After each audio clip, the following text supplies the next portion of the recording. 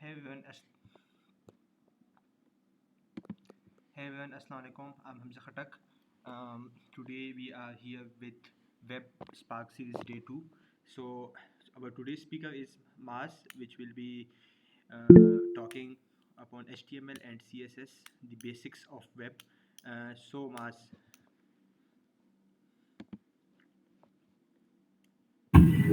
Hello, Assalamu alaikum everyone.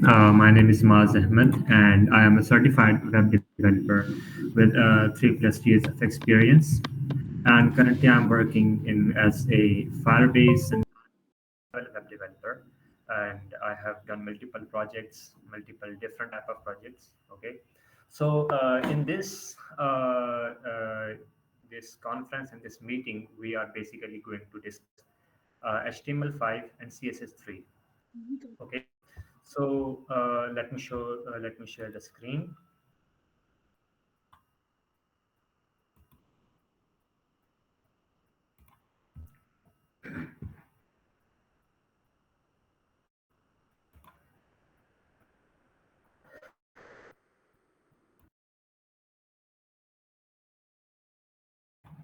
All right. So here is our agenda that what we are going to learn in this meeting. ठीक है. So basically हमारे पास सबसे पहले हमारा introduction होगा HTML5 का, हमारा डॉक्यूमेंट स्ट्रक्चर हम पढ़ेंगे, हेडिंग्स एंड पैराग्राफ्स देखेंगे, div sections, forms and inputs, and then finally हम images को देखेंगे कि हम images किस तरह आप HTML डॉक्यूमेंट के अंदर डाल सकते हैं. देन हमारे पास होगी हमारी CSS में हम इंट्रोडक्शन देखेंगे. इसमें हम सेलेक्टर्स देखेंगे, बॉक्स मॉडल देखेंगे एंड सम प्रॉपर्टीज देखेंगे related two colours, gradients and borders, backgrounds. और एंड में हम फ्लेक्स बॉक्स देखेंगे जो कि हमारा एक लेआउट है, बहुत इंपॉर्टेंट लेआउट है. उसके बाद जब हम ये चीज़ें सीख लेंगे HTML एंड CSS, तो देन हम एंड के अंदर हम जो है एक छोटी सी वेबसाइट देंगे जिसमें हम वो तमाम चीज़ें अप्लाई करेंगे जो कि हमने HTML और CSS में सीखी होंगी. All right, here comes the introduction of HTML5. So HTML stands for Hypertext Markup Language, which consists of basically tags. ठीक है, आपके पास सारे tags हैं, आप tags को use करते हैं, tags को use करके आप HTML का structure बनाते हैं, content बनाते हैं. ठीक है. So basically अगर आप देखें वेबसाइट को, HTML जो है आपके पास वो basically एक skeleton है आपकी वेबसाइट का. ठीक है, ढांचा है, वो आपका वेबसाइट का स्ट्रक्चर बना रही होती है. ठीक है. तो आपकी वेबसाइट में जितना भी कंटेंट लिखा जा रहा है, जो भी आपको शो हो रहा है, वो सब HTML की मदद से हो रहा है. ठीक है. सो HTML बेसिकली क्या करती है, HTML defines the structure of a web page. ठीक है. एंड देन हमारे पास अभी जो लेटेस्ट हमारे पास HTML चल रही है वो है HTML5. ठीक है, which is the latest version of HTML. ठीक है, ये आपको पिक्चर नज़र आ रही होगी. इस पिक्चर में आप देख सकते हैं कि आपके पास हेडिंग्स हैं, आपके पास लिस्ट्स हैं. ठीक है, जो अगेन हेडिंग सम बटन्स हैं. तो ये आपके पास क्या है, आपके पास आपकी वेबसाइट का एक बेसिक स्ट्रक्चर, एक बेसिक स्केलेटन है. ठीक है, कि आपकी वेबसाइट के अंदर है क्या चीज़, आपकी वेबसाइट के अंदर क्या कंटेंट पड़ा है, वो आप किससे शो करवा रहे हैं, किसकी मदद से आप पुट कर रहे हैं, वो आपके पास HTML की मदद से है जो आप डाल रहे हैं. ठीक है. देन हमारे पास some features of HTML5. ठीक है. So HTML5 basically introduced semantic elements. ठीक है. So what are semantic elements? ठीक है, semantic elements वो elements होते हैं जिनको देख के आपको एक स्पेसिफिक मीनिंग का पता लग जाता है, आपको उनके स्पेसिफिक पर्पस का पता लग जाता है कि ये जो आप टैग यूज कर रहे हैं इसका पर्पस क्या है, ये यूज किस लिए हो रहा है. ठीक है. सो फॉर एग्जांपल हमारे पास हेडर टैग है, ये आपकी वेबसाइट में आपके वेबसाइट के हेडर को शो करता है. आपके जो ये सेक्शन टैग है, ये आपकी वेबसाइट में एक से someone mic on, turn it off. Thank you. And then we have aside and footer. ठीक है. Then in HTML5 हमारे पास there were new input types were introduced. ठीक है, for example date, email, range and color etc. So because you are going to use HTML, and मैंने आपको बताया कि HTML जो है वो तमाम टैग्स के ऊपर बेस्ड है. ठीक है.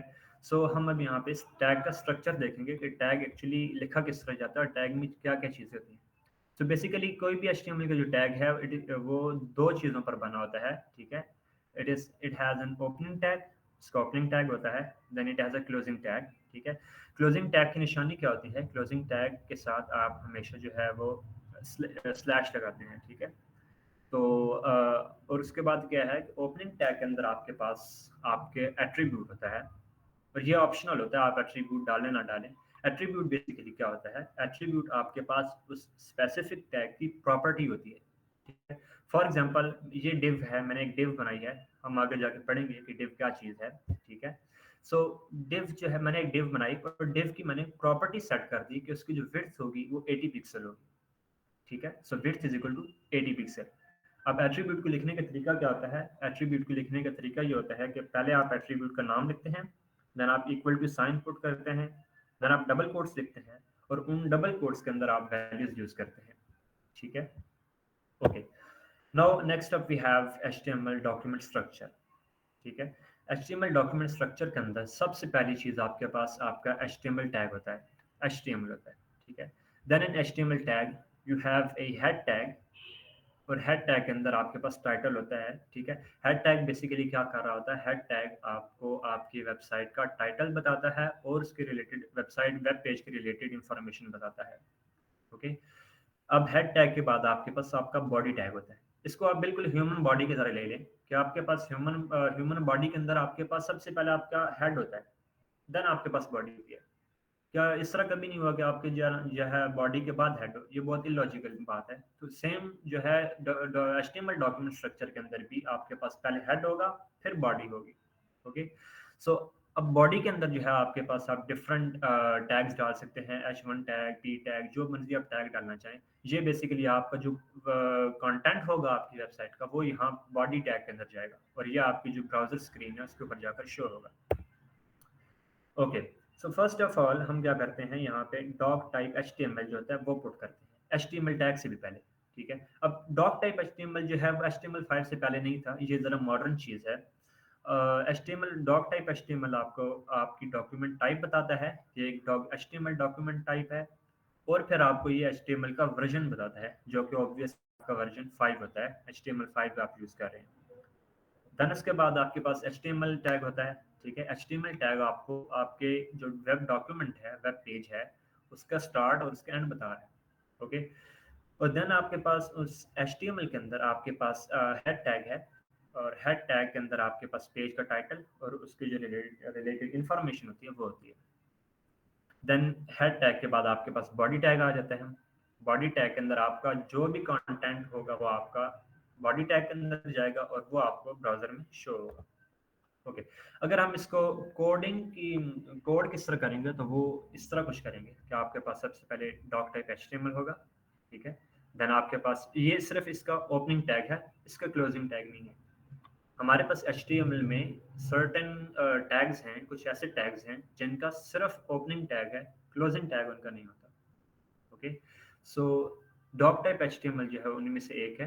तो आप सबसे पहले डॉक टाइप एचटीएमएल लिखते हैं, देन आपके पास एचटीएमएल टैग आ जाता है, एचटीएमएल ओपनिंग टैग, इसका क्लोजिंग टैग, देन आपके पास हेड टैग, उसका क्लोजिंग, उसके अंदर टाइटल, एंड देन आपके पास हेड के नीचे आपके पास बॉडी टैग आ जाता है,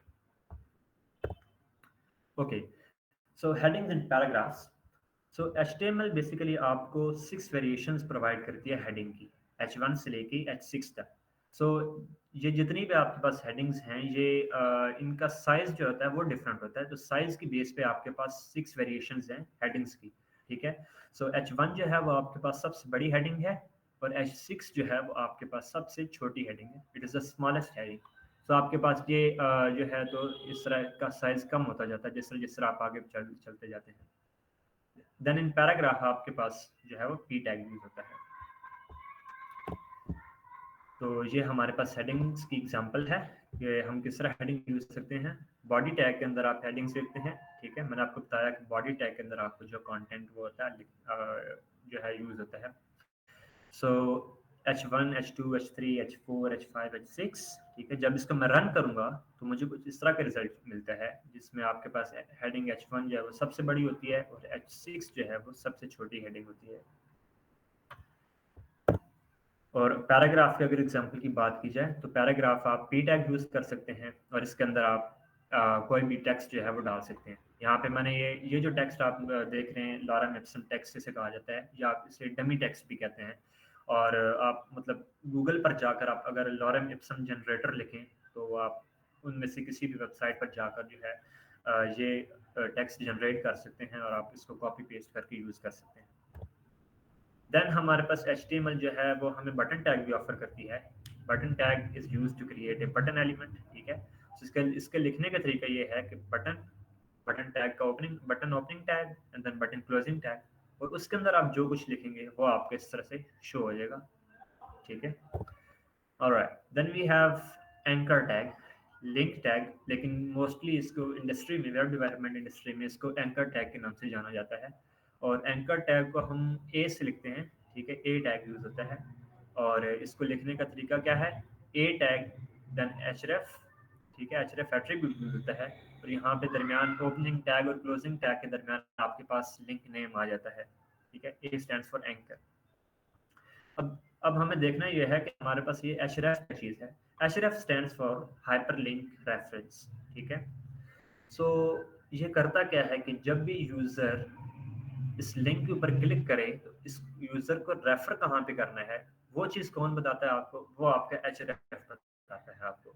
सो आप इसलिए href में आप क्या करते हैं, आप href में अपनी वेबसाइट का URL लिखते हैं, ठीक है। तो जब भी यूज फॉर एग्जांपल मैंने यहाँ पे www.google.com लिखा है, तो जब भी यूजर इस पर क्लिक करेगा तो ये कहाँ रेफर करेगा, गूगल की वेबसाइट पर रेफर कर देगा।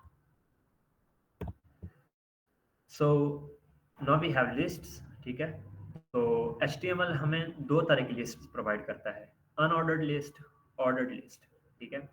और ऑर्डर्ड लिस्ट क्रिएट करने के लिए हमारे पास OL टैग यूज होता है, एंड अनऑर्डर्ड लिस्ट क्रिएट करने के लिए हमारे पास UL टैग यूज होता है, ठीक है। अब क्योंकि लिस्ट है, लिस्ट के अंदर हमारे पास डिफरेंट लिस्ट आइटम्स होंगे, तो उन लिस्ट आइटम्स को क्रिएट करने के लिए हमारे पास LI टैग यूज होता है। LI stands for list item, ठीक है। तो इसका स्ट्रक्चर जो है वो कुछ इस तरह का होता है कि सबसे पहले आपके पास UL या OL टैग होता है, उसके अंदर आपके पास LI tag, multiple LI tag होते हैं, ठीक है। आप जितने मर्जी यूज करना चाहें, एक दो या इनफाइनाइट नंबर ऑफ टैग्स जो हैं LI टैग्स आप यूज कर सकते हैं। तो ऑर्डर्ड लिस्ट और अनऑर्डर्ड लिस्ट की कुछ ये एग्जांपल है कि ऑर्डर्ड लिस्ट और अनऑर्डर्ड लिस्ट दिखती किस तरह की है। ऑर्डर लिस्ट में आपके पास नंबरिंग होती है, ठीक है, इसी वजह से वो ऑर्डर लिस्ट कहलाती है, जबकि अनऑर्डर लिस्ट में आपके पास डॉट्स हैं, okay. So this is an example जिसमें एक लिस्ट है और उसके अंदर हमारे पास लिंक्स जो हैं वो मैंने डाल रखे हैं। तो सबसे पहले आपके पास UL टैग आ गया, ठीक है, UL का opening tag and closing tag. Then आपके पास उसके अंदर मल्टीपल LI टैग्स आ गए, मैंने यहाँ पे 3 LI टैग्स पुट किए हैं, 1 2 एंड 3। और उन LI टैग्स के अंदर मैंने एंकर टैग यूज किया है, ठीक है। और यहाँ पे ये होम फॉरम और कॉन्टैक्ट, तो ये मुझे जब इसको मैं रन करूँगा तो मुझे ये इस तरह से आउटपुट देता है, ठीक है। क्योंकि ये एक UL लिस्ट थी, अनऑर्डर्ड लिस्ट थी, इसलिए हमारे पास यहाँ पर डॉट्स आए हैं। So now we have divs and section. बहुत ही बेसिक कॉन्सेप्ट है, लेकिन बहुत सारे जो स्टूडेंट्स हैं, न्यू बिगिनर्स होते हैं, वो इस चीज़ में कंफ्यूज हो जाते हैं कि what is the difference between div and section, ठीक है।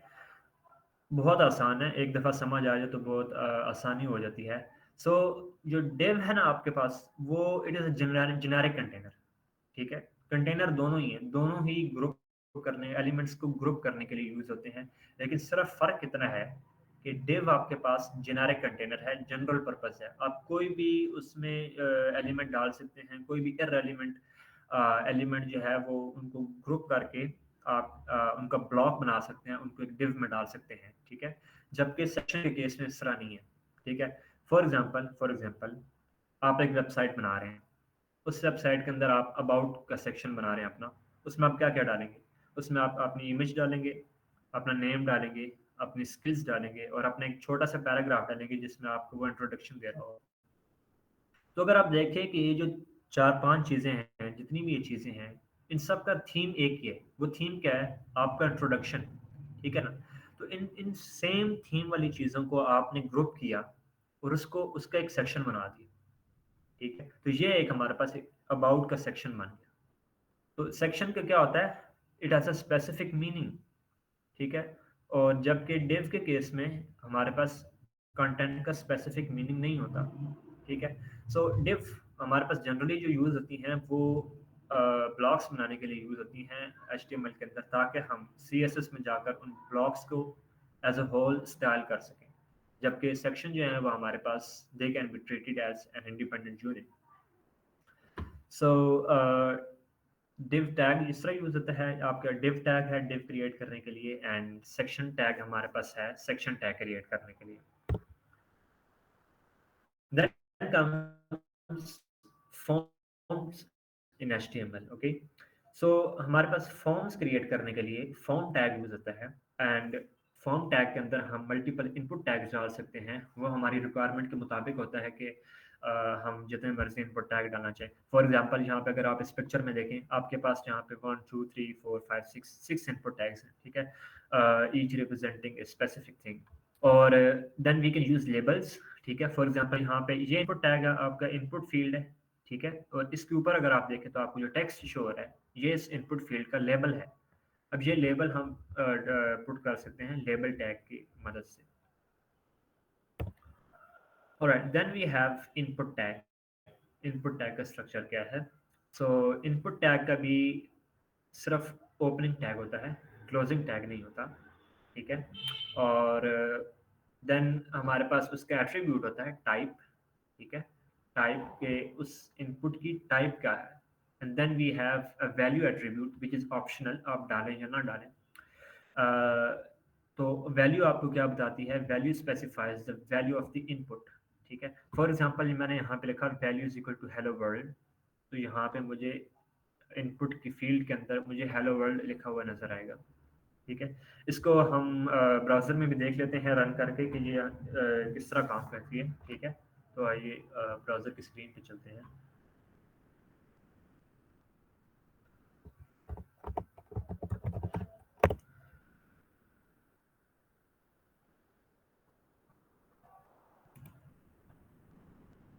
जस्ट वेट अ मिनट, मुझे VS कोड खोल लेने दीजिए।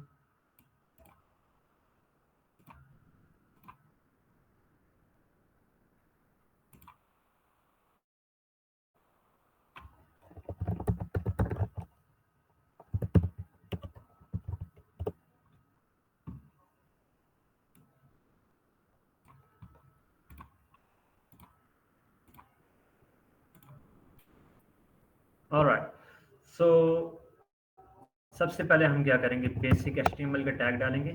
उससे पहले भी मोस्ट इंपॉर्टेंट थिंग, क्योंकि हम HTML5 यूज़ करने जा रहे हैं तो हमें डॉक टाइप HTML यूज़ करना पड़ेगा, ठीक है। इसके बाद हमारे पास हेड टैग आ जाएगा, और हेड टैग के अंदर हमारे पास टाइटल आ जाएगा, और टाइटल में हम क्या लिख देंगे, एक्सप्लोरिंग इनपुट फील्ड्स। और हमारे पास हेड टैग के नीचे हमारे पास बॉडी टैग आ जाएगा, ठीक है। अब बॉडी टैग के अंदर हम क्या कर सकते हैं, अपना कंटेंट डाल सकते हैं।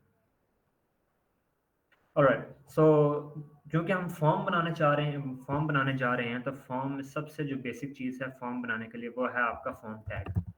मैंने फॉर्म टैग लिखा, इसमें हमें एक्शन की ज़रूरत नहीं होती, ये आगे जाके जावास्क्रिप्ट वगैरह में ज़रूरत आती है, वो हम बाद में देखेंगे, ठीक है। हमारा फॉर्म टैग बन गया। फॉर्म टैग के अंदर अब हम लिखेंगे इनपुट, इनपुट टैग, ओके। इसका मैंने आपको बताया कि इसका सिर्फ ओपनिंग टैग होता है, इसका क्लोजिंग टैग नहीं होता। Let me open it, okay.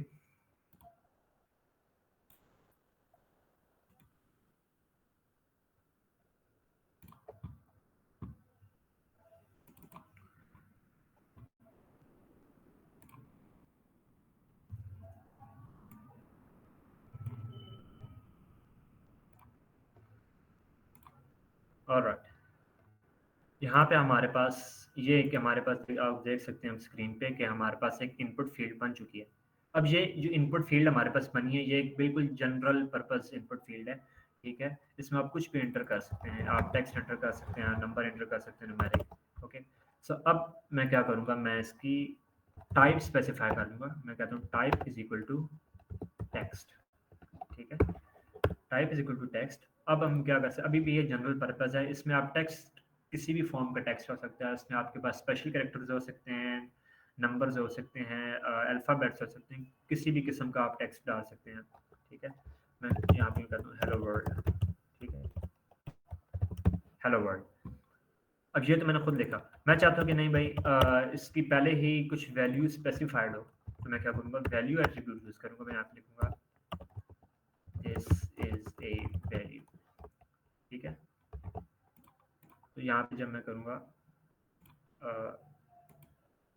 Just wait a minute,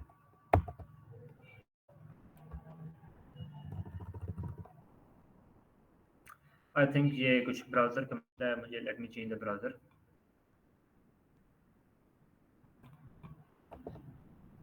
क्योंकि फायरफॉक्स जो है उसका थोड़ा डिफरेंट फंक्शनैलिटी होती है। Chrome,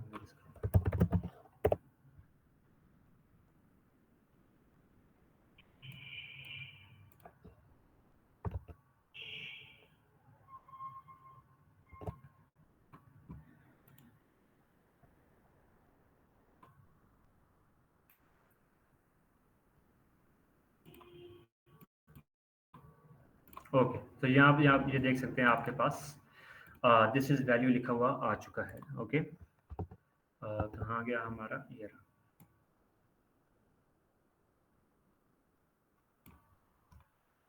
alright, so now we have, ये हमारा हो गया input tag. Now we have a bunch of input types, जिसमें हमारे पास मैंने कुछ बेसिक्स ये लिखी हैं जो कि हमारे पास है text, email, password, date, checkbox, radio, file and number. So आइए इनको देखते हैं कि ये किस तरह यूज होती हैं।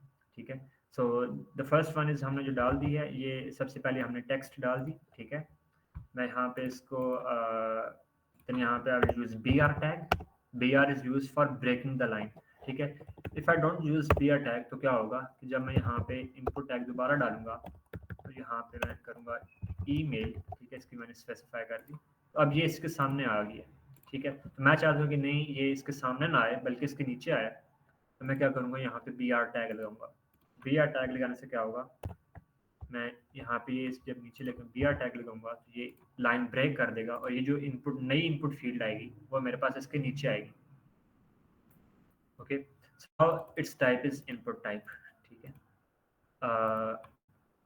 Alright, then we have the other one is, next one is हमारे पास पासवर्ड।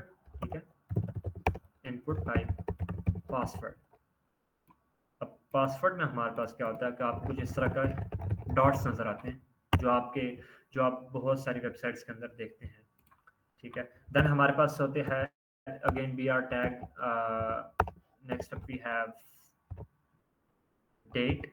ठीक है, तो इनपुट टाइप डेट, ये आपको क्या शो करता है, आपको एक डेट पिकर शो करता है जिसमें आप डेट सेलेक्ट कर सकते हैं।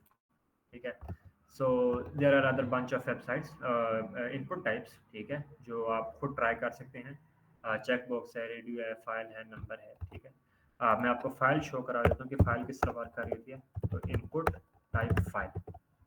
ठीक है, तो जब मैं इसको ये करूँ तो ये आपके पास सारा कुछ बटन आ रहा होता है, चूज फाइल पे क्लिक करते हैं तो आपके पास डायलॉग बॉक्स ओपन हो जाता है और यहाँ से आप फाइल सेलेक्ट करके अपलोड कर सकते हैं। Okay, then next we have image tag. ठीक है, so image tag also has an opening tag, इसका क्लोजिंग टैग नहीं होता। ठीक है, and then in opening tag we have an attribute called source. ठीक है, जिसमें आप इमेज का सोर्स डालते हैं, उसमें आप इमेज का पाथ डाल सकते हैं। वो आपकी लोकल इमेज हो सकती है, आपके कंप्यूटर पर पड़ी हुई है, या फिर वो आपकी इमेज ऑनलाइन हो सकती है, आप उसका लिंक कॉपी करके यहाँ पे पेस्ट कर सकते हैं। ठीक है, and then we have alt. ठीक है, तो आल्ट हमें टेक्स्ट शो करता है कि इन केस अगर आपकी इमेज जो है वो प्रॉपर तरीके से लोड नहीं हुई तो फिर उस केस में क्या होगा कि आपको वो उस इमेज के बारे रिलेटेड जो है सम डिस्क्रिप्शन शो करवा देगा। इसको भी हम ट्राई कर लेते हैं। सो IMG। ठीक है, सो SRC, और मैं किसी भी जाता हूँ, वेबसाइट पर जाता हूँ, मैं कहता हूँ हेलो वर्ल्ड। ठीक है, तो यहाँ से मैं कोई भी इमेज कॉपी करता हूँ। फॉर एग्जाम्पल मैंने ये इमेज कॉपी की, मैंने किया copy link address, no sorry, copy image address. ठीक है, copy image address, and then मैंने यहाँ पे आके इसका एड्रेस पेस्ट कर दिया। ये बहुत बड़ा एड्रेस है लेकिन चलें। Okay, so let's see if it works. तो ये देख सकते हैं आप कि यहाँ पे ये इमेज बगैर डाउनलोड किए यूआरएल के ज़रिए आपकी इमेज यहाँ पे आ रही है। ठीक है, तो इस तरह से आप क्या कर सकते हैं, अपनी इमेज अपलोड कर सकते हैं। देन नेक्स्ट अप, तो ये हमारी थी HTML, बेसिक HTML। ठीक है, हम CSS के अंदर भी साथ साथ HTML को सीखेंगे। CSS के अंदर आपकी जो HTML है वो एक बहुत बड़ा रोल प्ले करती है। ठीक है, सो शायद ये पिक्चर आपको याद हो जो मैंने आपको शुरू में दिखाई थी, ये बोरिंग सी पिक्चर। सो आप इस बोरिंग पिक्चर को बेसिकली कुछ इस तरह की चीज़ में कन्वर्ट कर सकते हैं, अट्रैक्टिव, जो कि मोर अट्रैक्टिव है, कलरफुल है और एंगेजिंग भी है। ठीक है, आप देख सकते हैं कि आपका ये जो बूट कैंप ये लोगो था कुछ इस तरह का, ये यहाँ पर आ गया। ये आपकी लिस्ट थी छोटी सी, होम फॉरम कंटैक्ट, ये आपकी इस तरह आपने हॉरिजॉन्टली प्लेस कर दी। ठीक है, आपने कलर्स को ट्वीक किया, आपने फॉन्ट स्टाइल जो है आपका उसको ट्वीक किया। सो आप इस तरह बहुत ही ब्यूटीफुल सी चीज़ बना सकते हैं और एंगेजिंग चीज़ बना सकते हैं। So all of this is possible due to CSS। ठीक है, सो द क्वेश्चन अराइजेस कि व्हाट इज CSS। ठीक है, so CSS stands for cascading style sheet. ठीक है, so if HTML is skeleton, ठीक है, अगर HTML किसी वेबसाइट का ढांचा है, स्ट्रक्चर है, then CSS is the skin. ठीक है, तो CSS उसको यूनिक बना रही है, उसको एक लुक दे रही है, फील दे रही है, एस्थेटिक दे रही है। ठीक है, सो CSS प्रॉपर्टीज। ठीक है, CSS के अंदर हमारे पास डिफरेंट प्रॉपर्टीज यूज होती हैं। ठीक है, so CSS properties define how elements are displayed। तो CSS प्रॉपर्टीज की मदद से आप एलिमेंट्स की जो लुक है, फील है, उसको ट्वीक कर सकते हैं। तो CSS आपको अलाउ करती है to control certain aspects such as colour, font, layout and spacing etcetera. So जो अभी हमारे पास करंट वर्जन चल रहा है CSS का, दैट इज CSS 3। ठीक है, okay, so here we have CSS syntax. So CSS syntax में आपके पास सबसे पहले जो चीज़ आती है वो है आपका सिलेक्टर।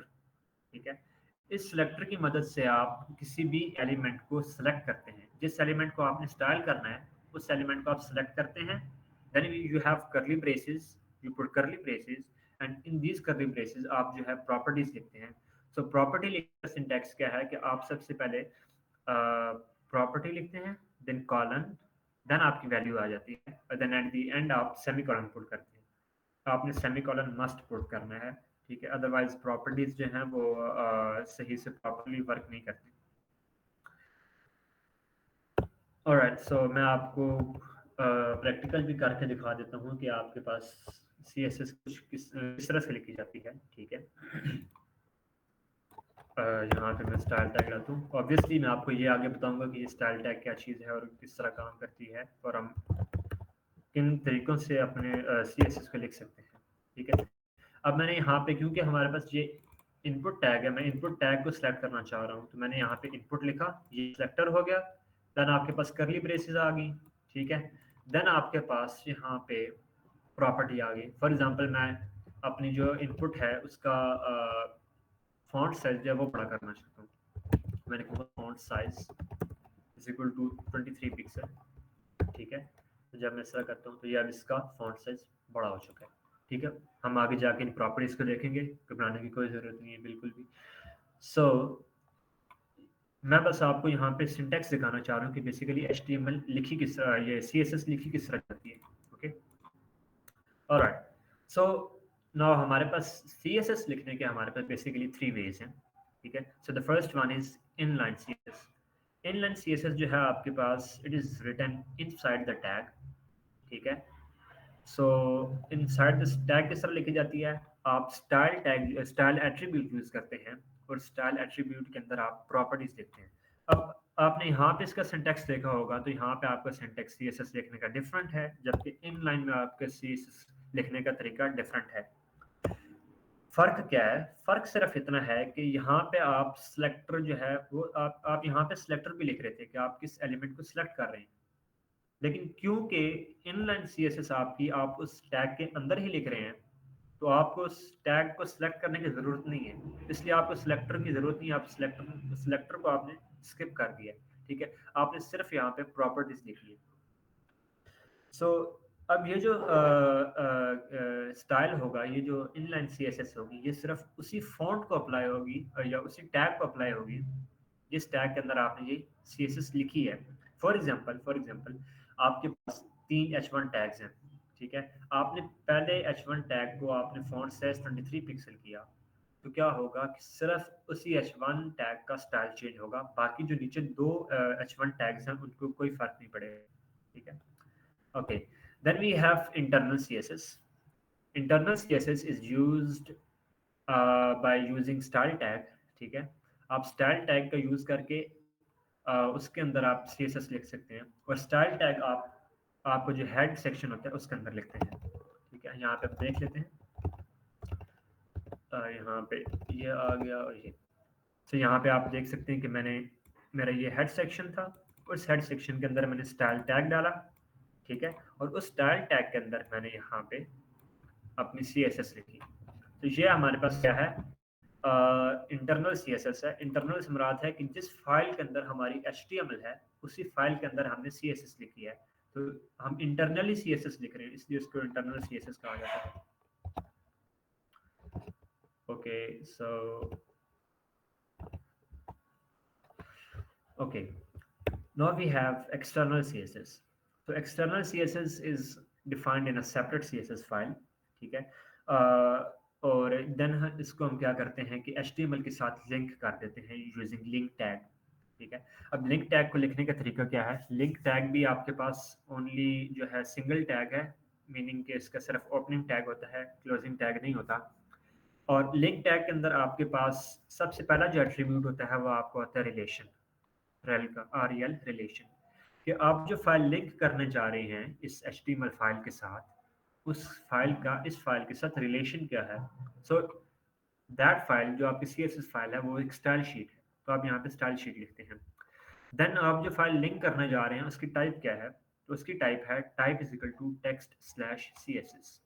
ये आपके पास जो एट्रीब्यूट है ये आपके पास ऑप्शनल होता है, ये आप ना भी लिखें तो ये फाइल जो है वो लिंक हो जाती है करेक्टली। देन आपके पास होते हैं मोस्ट इम्पोर्टेंट थिंग, आपका href हाइपरलिंक रेफरेंस, ठीक है। और हाइपरलिंक रेफरेंस के अंदर आपके पास आपकी जो फाइल होती है CSS फाइल, उसका पाथ आ जाता है, ठीक है। लेट्स ट्राई कि हम किस एक्सटर्नल CSS किस तरह लिखते हैं, ठीक है। तो सबसे पहले मैं यहाँ पे क्या करूँगा, अपना फाइल एक्सप्लोरर ओपन करूँगा, यहाँ पे मैं एक न्यू फाइल क्रिएट करूँगा और मैं कहूँगा यहाँ पे main.css, मैं न्यू फाइल क्रिएट करूँगा, फाइल क्रिएट कर ली। अब मैं क्या करूँगा, यहाँ पे अपनी इस फाइल को मैं लिंक करूँगा इस फाइल में, ठीक है। यहाँ पे लिंक टैग, ठीक है। तो यहाँ पे relation is equal to style sheet, और href के अंदर मैंने क्या लिखा, href के अंदर लिखूंगा main.css, ओके। सो अब ये लिंक कर दिया, क्या कर सकता हूँ, ये स्टाइल टैग को हटा दूंगा, ठीक है। और इस CSS को उठा के यहाँ पे मैं इधर पेस्ट कर दूंगा, तो इसके अंदर मैं कुछ और भी चेंजिंग कर देता हूँ, ठीक है।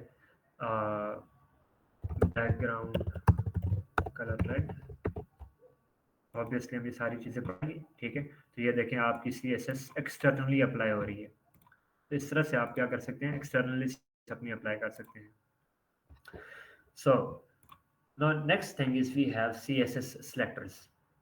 We have a bunch of selectors, ठीक है, CSS selectors, लेकिन उनमें से मैंने कुछ स्पेसिफिक चूज की हैं जो कि आसान भी हैं, बेसिक भी हैं, और हम आगे यूज भी करेंगे, okay. So first of all we have an element selector. Element selector क्या है कि आप एलिमेंट का नाम लेके उसको सिलेक्ट कर रहे हैं। फॉर एग्जांपल मैंने यहाँ पे इनपुट एलिमेंट का नाम लेके, जो कि हमारे पास इनपुट था, मैंने इस इनपुट एलिमेंट को सिलेक्ट किया है। तब क्या होगा कि मेरी इस फाइल में जितने भी इनपुट हैं, जितने भी इनपुट टैग हैं, वो सब सिलेक्ट हो जाएंगे, और ये जो प्रॉपर्टीज होंगी ये सब जो है उन सारों पे जाके अप्लाई हो जाएंगी, ठीक है। तो ये हमारे पास है एलिमेंट सेलेक्टर। एलिमेंट सेलेक्टर में आप टैग का नाम रखते हैं। Then we have class selector. or ID selector. Okay, so now there is a very basic difference between class and ID. For example, आप एक क्लास में हैं, you are classmates, तो इन अ क्लास आप सब ह्यूमन हैं, ठीक है, you all human have same properties, same human properties, ठीक है, तो ह्यूमन क्या होगी, आपकी क्लास होगी, जबकि उस क्लास के अंदर आप सब लोगों के नेम जो हैं वो डिफरेंट हैं, ठीक है, तो नेम क्या होगी, आपके जो आईडी होगी आपकी। ओके, सो क्लास जो है वो मल्टीपल एलिमेंट्स के लिए यूज हो सकती है, जबकि आपकी जो आईडी है वो यूनिक है, वो एक एलिमेंट के लिए यूज होगी। एक्चुअली अब बात यह है कि आईडी जो है वो आप मल्टीपल एलिमेंट्स पर यूज कर सकते हैं। फॉर एग्जांपल मैं इसको भी आईडी देकर मैं कहता हूँ INP, ठीक है, और इसको भी मैं आईडी दे सकता हूँ INP,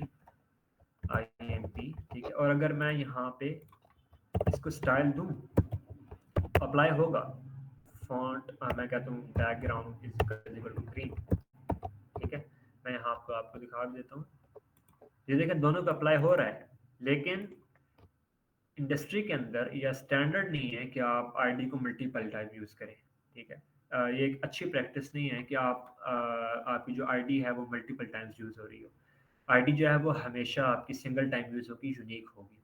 ओके, सो जो क्लास है आपकी, अगर आपने किसी नेम को मल्टीपल टाइम्स यूज करना है या आपने मल्टीपल एलिमेंट्स को सेम नाम देना है, सेम प्रॉपर्टीज देनी है, तो आप उसके लिए क्लास यूज कर सकते हैं। आपका क्लास, आपके पास क्लास का ऑप्शन है, तो मैं यहाँ पे इसको क्लास दूंगा, class is equal to INP। तो अब यहाँ पे क्लास के लिए आप डॉट यूज करते हैं, वेरी इंपॉर्टेंट, ठीक है, जब भी आपने आपके पास क्लास आईडी सिलेक्टर क्या है, आपके पास .INP, डॉट आगे क्लास का नेम, और आपके पास आईडी सिलेक्टर क्या है, हैश INP, ठीक है। सो .INP जब आप यूज करेंगे तो तब भी आपके पास सेम रिजल्ट आएगा, ठीक है। तो जब भी आपने मल्टीपल एलिमेंट्स को टारगेट करना है, सेम प्रॉपर्टीज देनी है, तो आपने क्लास यूज करनी है, और जब आपने किसी स्पेसिफिक और यूनिक एलिमेंट को टारगेट करना है और उसको यूनिक प्रॉपर्टीज देनी है, तो आपने आईडी यूज करनी है। ओके, तो so next we have universal selector. Universal नाम से जाहिर है कि इसके अंदर जो प्रॉपर्टीज होंगी वो यूनिवर्सल प्रॉपर्टीज होंगी, और वो जितने भी एलिमेंट्स होंगे आपके HTML डॉक्यूमेंट में, वो उन सब को अप्लाई हो रही होगी। तो यूनिवर्सल सिलेक्टर किस तरह लिखा जाता है, स्टैटिक, ठीक है, स्टैटिक के बाद आप इसके अंदर लिखते हैं बैकग्राउंड कलर ग्रीन। सो जब मैं यहाँ पे इसको रीलोड करूंगा तो ये सब चीज़ों का कलर ग्रीन हो चुका है। आप देख सकते हैं कि जो आपकी बॉडी है, ये आपकी बॉडी भी जो थी ना, बॉडी भी एक एलिमेंट है, ठीक है, सो बॉडी का कलर भी ग्रीन हो चुका है। क्यों? क्योंकि हमने अभी यहाँ पर यूनिवर्सल सिलेक्टर लगाया है, ठीक है। तो आई होप कि ये आपको यूनिवर्सल सिलेक्टर क्लियर हो गया होगा। Next up we have descendant selector, ठीक है। HTML में हमारे पास एक बहुत इंपॉर्टेंट रिलेशन है एलिमेंट्स के दरमियान, वो है पेरेंट एंड चाइल्ड का रिलेशनशिप, ठीक है, पेरेंट एंड चाइल्ड। आपके पास पेरेंट होता है और पेरेंट के अंदर आपके पास मल्टीपल या सिंगल चाइल्ड हो सकते हैं, ठीक है। सो फॉर एग्जांपल यहाँ पे अभी हम वो यहाँ पे रिलेशन आप देख भी सकते हैं। आपके पास बॉडी टैग है, बॉडी टैग के अंदर आपके पास आपका फॉर्म टैग है, तो बॉडी टैग आपका पेरेंट टैग हो गया, ठीक है, पेरेंट टैग, और आपका ये जो फॉर्म टैग है ये आपका चाइल्ड हो गया। इसी तरह अगर फॉर्म को देखें तो फॉर्म के अंदर आपके पास मल्टीपल इनपुट टैग्स हैं। सो फॉर्म आपका पेरेंट टैग हो गया, और आपके जो इनपुट टैग्स हैं यह आपके चाइल्ड हो गए। मैं क्या करता हूँ, यहाँ पे इनपुट यहाँ पे एक और बनाता हूँ, ठीक है, तो यहाँ पे मैं लिखता हूँ value this is outside the form, ठीक है, और यहाँ पे ये कर दिया। मैं इसका यहाँ पे हटा देता हूँ इसको। तो अब ये जो हमारी इनपुट फील्ड है ये आपकी फॉर्म से बाहर है। मैं चाहता हूँ कि इस इनपुट फील्ड को कोई प्रॉपर्टी अप्लाई ना हो, बल्कि सिर्फ ये जो फॉर्म के अंदर इनपुट फील्ड्स हैं इनको प्रॉपर्टीज अप्लाई हो, तो मैं क्या करूँगा कि मैं यहाँ पे CSS में जाऊँगा, यहाँ पे लिखूँगा कि हमारे पास जो फॉर्म है उन फॉर्म के अंदर जो इनपुट फील्ड्स हैं उनको ये प्रॉपर्टी अप्लाई करो। क्या करो, उनका बैकग्राउंड कलर आप ग्रीन कर दो।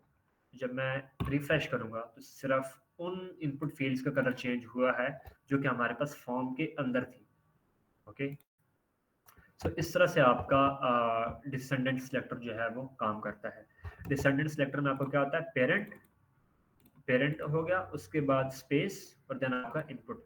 यहाँ पे लाजमी नहीं है कि आप जो है इनपुट फॉर्म टैग या टैग का नेम यूज करें, बल्कि आप यहाँ पे क्लास भी यूज कर सकते हैं। ठीक है, so I hope this is clear to you. So next up we have CSS units, very important, very important. So मैं आपको यहाँ पे दिखाता हूँ।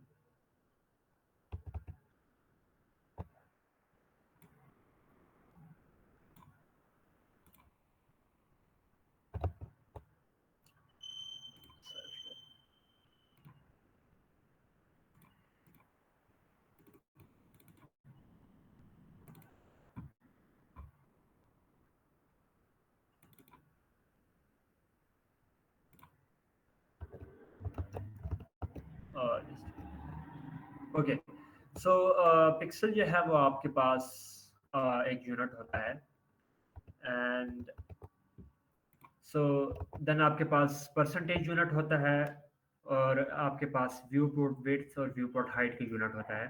ठीक है, फॉर एग्जांपल पिक्सल के एग्जांपल लें तो पिक्सल 30 पिक्सल, 80%, 45 BW, 100 BH। ठीक है, सो अब जो पिक्सल होता है आपके पास, पिक्सल का यूनिट होता है वो आपके पास स्टैटिक यूनिट होता है, और जबकि जो दूसरे आपके पास यूनिट्स हैं, परसेंटेज है, वो VW है, VH है, ये आपके पास डायनामिक होते हैं, और आपके पास रिलेटिव यूनिट्स होते हैं, बेसिकली रिलेटिव यूनिट्स इनको कहा जाता है।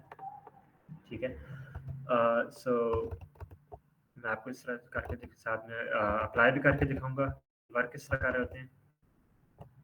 Okay, so first of all मैं क्या करता हूँ, यहाँ पे एक डिव बनाता हूँ। ठीक है, और उस डिव की मैं प्रॉपर्टी क्या सेट करता हूँ, विड्थ 300 पिक्सेल्स। ठीक है, सॉरी 1300 नहीं, 300, और हाइट आपके पास मैं 400। ओके, यहाँ पे इसको सेव करता हूँ, और यहाँ पे आपके पास जब इसको ये करता हूँ, सॉरी मुझे बॉर्डर भी देना चाहिए, ये हम आगे जाके सब प्रॉपर्टीज पढ़ेंगे। ठीक है, सॉलिड ग्रीन, ये आपके पास एक डिव आ गई। ठीक है, सो अब जब जैसे जैसे मैं इसका स्क्रीन का साइज छोटा करता जाऊंगा, तो देख सकते हैं कि आप ये जो डिव है इसको कोई फर्क नहीं पड़ा। ठीक है, इसके साइज को कोई फर्क नहीं पड़ा, या आपके पास अब जैसे आपके पास यहाँ पे एक स्क्रॉल बार भी शो हो गई है, तो आपकी ये जो डिव की हाइट है और विड्थ है ये है। ठीक है, सो पिक्सल से आप सब लोग इंट्रोड्यूस होंगे, आपको ऑलरेडी पता होगा कि पिक्सल क्या होता है, स्क्रीन साइजेस होते हैं। ठीक है, तो वो सेम पिक्सल यहाँ पे भी वही काम कर रहा होता है। Next up we have percentage. So percentage क्या होती है, परसेंटेज बेसिकली परसेंटेज का ताल्लुक आपके पेरेंट के साइज से होता है। ठीक है, फॉर एग्जांपल अगर आप यहाँ पे लिखते हैं विड्थ इज इक्वल टू 50%। ठीक है, डिव की विड्थ कितनी है, 50%, तो डिव का पेरेंट कौन है, डिव का पेरेंट है बॉडी।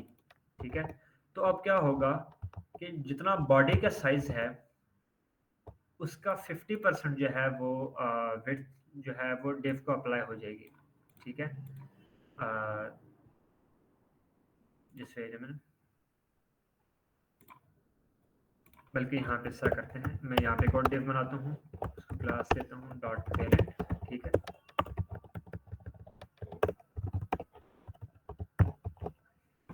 और डॉट पेरेंट की मैं यहाँ पे प्रॉपर्टी सेट कर देता हूँ,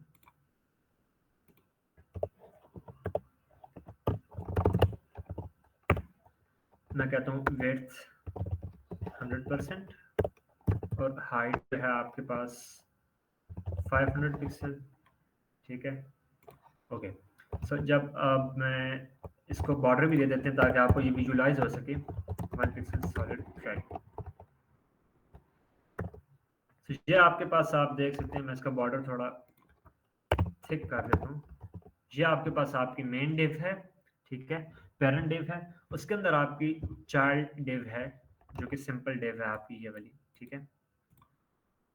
यहाँ पे मैं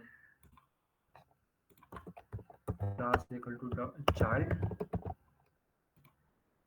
और यहाँ पे डॉट चाइल्ड कर देता हूँ, ठीक है। ओके, सो अब क्या होगा कि जब मैंने विड्थ 50% की तो ये क्या करेगा कि ये देखेगा कि इसके पेरेंट की विड्थ कितनी है।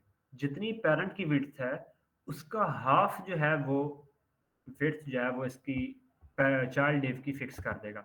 फॉर एग्जांपल अगर मैं इस पेरेंट डिव की विड्थ जो है वो 50% फिक्स करता हूँ, ठीक है, तो क्या होगा कि जो चाइल्ड डिव का जो चाइल्ड डिव का जो विड्थ होगी वो पेरेंट डिव के 50% की भी 50% होगी, ठीक है। तो वो मतलब मेरे कहने का मतलब ये है कि आपके जो पेरेंट की जो विड्थ है उसका हाफ हो जाएगा। Then we have viewport width and viewport height. आपकी जो स्क्रीन होती है उसको व्यू पोर्ट कहा जाता है, ठीक है। तो अब ये जो है इसका ये जो व्यू पोर्ट विड्थ है इसका ताल्लुक है आपकी स्क्रीन से। ओके, सो मैं यहाँ पे अगर लिखता हूँ width is equal to 10 VW, ठीक है।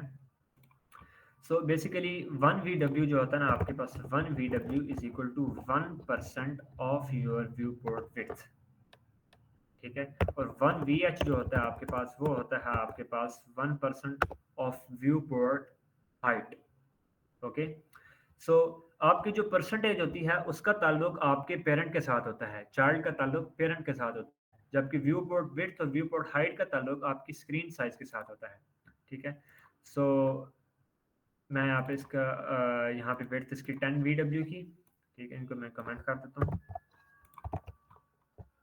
सो इसको जब मैं अप्लाई करूँगा तो ये इस तरह से हो जाए। इसके मैं कुछ ज़्यादा कर देता हूँ तो मैं आपको दिखाता हूँ, 80 VW कर देता हूँ।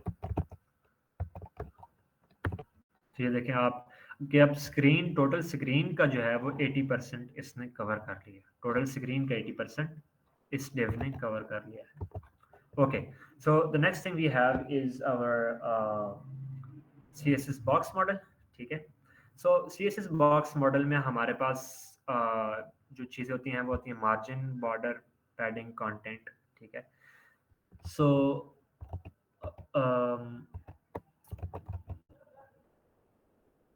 मैं यहाँ पे आपको दिखा देता हूँ।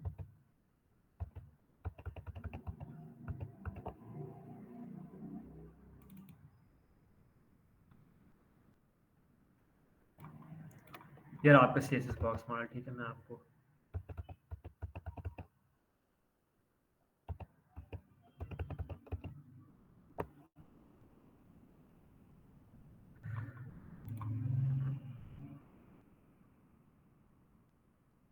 ओके, सो यहाँ पर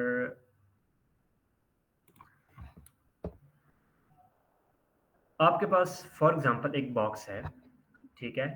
उस बॉक्स का एक बॉर्डर होगा, ठीक है, और उसके अंदर फिर आपके पास बॉक्स के अंदर आपका कंटेंट है। तो अब जो कंटेंट और बॉर्डर के दरमियान जो स्पेसिंग है उसको आप पैडिंग कहते हैं, और बॉर्डर के बाहर जो आपकी स्पेसिंग है उसको आप मार्जिन कहते हैं, ठीक है। सो अगर हमने जो हमारा बॉर्डर है और जो हमारा कंटेंट है उसके दरमियान जो स्पेस है उसको बढ़ाना है या कम करना है तो हम अपनी पैडिंग को चेंज करेंगे। और जब हमने अपने बॉर्डर के बाहर जो एरिया है उसके अंदर हमने अपनी स्पेस जनरेट करनी है तो हम मार्जिन को यूज़ करेंगे, ठीक है। मैं आपको यहाँ पे करके दिखा भी देता हूँ ये किस तरह से काम कर रही होती है, ठीक है। हमारे पास आप दो डिव्स हैं, यहाँ पे आपको ये शो हो रही हैं, दो डिव्स हैं, ठीक है, दो बॉक्सेस हैं, और इन बॉक्सेस के अंदर हमारे पास ये कंटेंट है, ठीक है। तो अब मैं क्या करता हूँ कि यहाँ पे इनकी क्लास क्या है, पेरेंट क्लास है।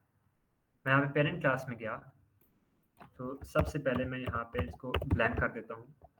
आपके पास कुछ ये इस तरह का शो होगा। अभी आपके पास किसी किस्म की कोई मार्जिन या पैडिंग जो है वो यूज़ नहीं हो रही, ठीक है। अब आप चाहते हैं कि आपका जो कंटेंट है और जो बॉर्डर है उसके दरमियान जो स्पेस है वो इंक्रीज हो जाए, तो आप क्या यूज़ करेंगे, आप यहाँ पर पैडिंग यूज़ करेंगे। तो मैं यहाँ पे लिखूंगा padding is equal to 20 pixel. तो जब आप पैडिंग 20 पिक्सल लिखेंगे तो वो क्या करेगा, ऑल 4 साइड से आपकी जो पैडिंग है उसको 20 पिक्सल सेट कर देगा।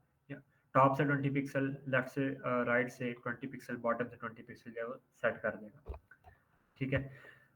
और अगर आप चाहते हैं कि आपके जो बॉर्डर के बाहर का एरिया है उसके अंदर आप अपनी स्पेस को इंक्रीज करें, तो आप क्या यूज करेंगे, आप यहाँ पे मार्जिन यूज करेंगे, मार्जिन 30 पिक्सल, ठीक है। तो ये अब आपका क्या हो गया, आपके हर बॉक्स के अराउंड 30 पिक्सल की जो है वो स्पेस जनरेट हो गई है, ठीक है। अच्छा, अब आप चाहते हैं कि सिर्फ जो है वो एक स्पेसिफिक डायरेक्शन की, एक स्पेसिफिक साइड की जो है वो मार्जिन या पैडिंग चेंज हो, तो उसके लिए आपके पास जो प्रॉपर्टी है वो है, फॉर एग्जांपल आप टॉप की जो पैडिंग है उसको मैनिपुलेट करना चाहते हैं, ठीक है। तो आप क्या करेंगे, यहाँ पे लिखेंगे पैडिंग डैश टॉप 20 पिक्सल, ठीक है। तो ये क्या होगा, सिर्फ टॉप की जो पैडिंग है वो चेंज हुई है, बाकी तीनों साइड्स जो है वो सेम टू सेम है। तो इस तरह बाकी साइड्स के भी आप जो है वो कर सकते हैं। Okay, so next up we have width and height. क्या आप विड्थ एंड हाइट किस इंक्रीज या डिक्रीज कर सकते हैं किसी भी चीज़ की, वो आप कर सकते हैं। आपके पास विड्थ प्रॉपर्टी होती है, ठीक है। विड्थ 70 या मैं कहता हूँ 150 पिक्सल, ठीक है।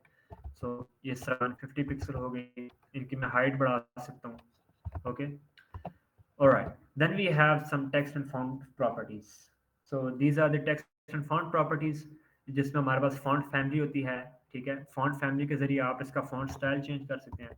फॉर एग्जांपल अभी मेरे पास टाइम्स न्यू रोमन है, इसका मैं अगर चेंज करना चाहता हूँ मैं क्या करूँगा, यहाँ पे चाइल्ड के अंदर जाके मैं करूँगा font family is equal to Verdana, ठीक है। तो इसके मैं अब इसका क्या होगा, font स्टाइल चेंज हो गया। Alright, then we have font size. आप फॉन्ट साइज चेंज कर सकते हैं, आप फॉन्ट वेट के जरिए आप फॉन्ट वेट चेंज कर सकते हैं। ये आपके पास प्रॉपर्टीज हैं जो कि आप टेक्स्ट और फॉन्ट्स पर अप्लाई कर सकते हैं। देन आपके पास है बैकग्राउंड एंड बॉर्डर प्रॉपर्टीज, ठीक है। आप बैकग्राउंड कलर किस तरह अप्लाई कर सकते हैं, फॉर एग्जांपल आप बैकग्राउंड कलर अगर अप्लाई करना चाहते हैं तो यहाँ पे फॉर एग्जांपल मैं ये रेड वाली डिव है इसका बैकग्राउंड कलर अप्लाई करना चाहता हूँ, तो मैं क्या करूँगा, background colour is equal to black, ठीक है। इस तरह भी लिख सकते हैं, आप कलर कोड लिख सकते हैं, ठीक है। आप डायरेक्ट कलर का नेम लिख सकते हैं अगर आपको कलर का नेम पता है, या आप क्या कर सकते हैं, RGB वैल्यू लिख सकते हैं। RGB वैल्यू ब्लैक की क्या होती है, 0000 होती है, वो आप वैल्यू जो है वो पुट कर सकते हैं, ठीक है। Next up we have background image. हम बैकग्राउंड इमेज किस तरह लगा सकते हैं, ठीक है। अब HTML की इमेज में और बैकग्राउंड CSS की बैकग्राउंड इमेज में फ़र्क है।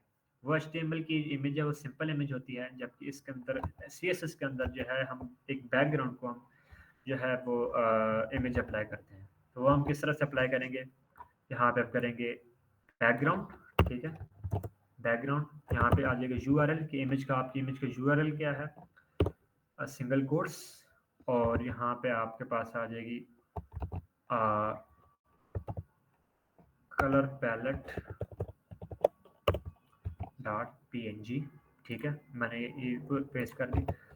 अब मैं जहाँ पे अप्लाई करूँगा तो ये देखा आपके पास कुछ इस तरह की ये बैकग्राउंड इमेज होगी, अप्लाई हो चुकी है। अब क्या हो रहा है कि ये बैकग्राउंड इमेज आपकी रिपीट हो रही है, रिपीटिशन हो रही है, जो कि आप नहीं चाहते। तो आप यहाँ पे क्या लिखेंगे, यहाँ पे आप लिखेंगे नो रिपीट, ठीक है। नो रिपीट लिखेंगे तो अब आपकी क्या हो रही है, सिर्फ सिंपल एक ही वन टाइम जो है आपको आपकी इमेज शो हो रही है।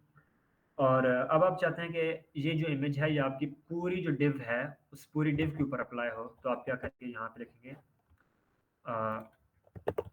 बैकग्राउंड साइज कवर, ठीक है। जब आप कवर करेंगे तो आप ये पूरी जो डिव है उसको इस इमेज ने कवर कर लिया। इस तरह से आप बैकग्राउंड इमेज अप्लाई कर सकते हैं। Next up we have border, ठीक है। सो बॉर्डर में हमारे पास बहुत सिंपल है बॉर्डर।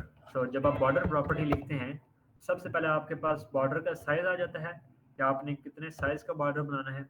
देन आपके पास बॉर्डर की टाइप आ जाती है, ठीक है। सॉलिड होती है, डैश्ड होती है, और कुछ डॉटेड होती है, ठीक है। तो हम यहाँ पे सॉलिड लिखेंगे और देन हमारे पास बॉर्डर का जब कलर आ जाता है, तो यहाँ पे ये इसका कलर, अब ये इसका डेव का कलर जो है बॉर्डर का भी चेंज हो चुका है। Okay, then we have colour and gradient properties.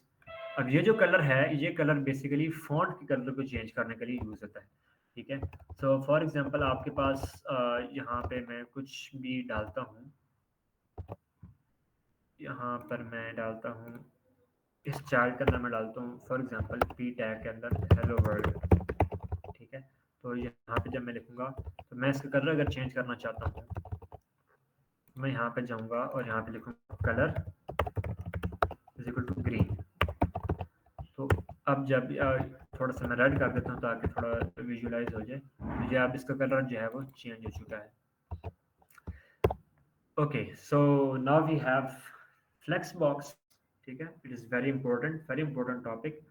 और बिगिनर्स के लिए थोड़ा सा ये कंफ्यूजिंग भी होता है, लेकिन देखते हैं इसको, एंड आई एम श्योर कि आपके लिए बहुत इजी होगा, आप अच्छे से इसको समझ पाएंगे, ठीक है। सो यहाँ पे मैं चाहता हूँ, और यहाँ पे ये फ्लेक्स बॉक्स है।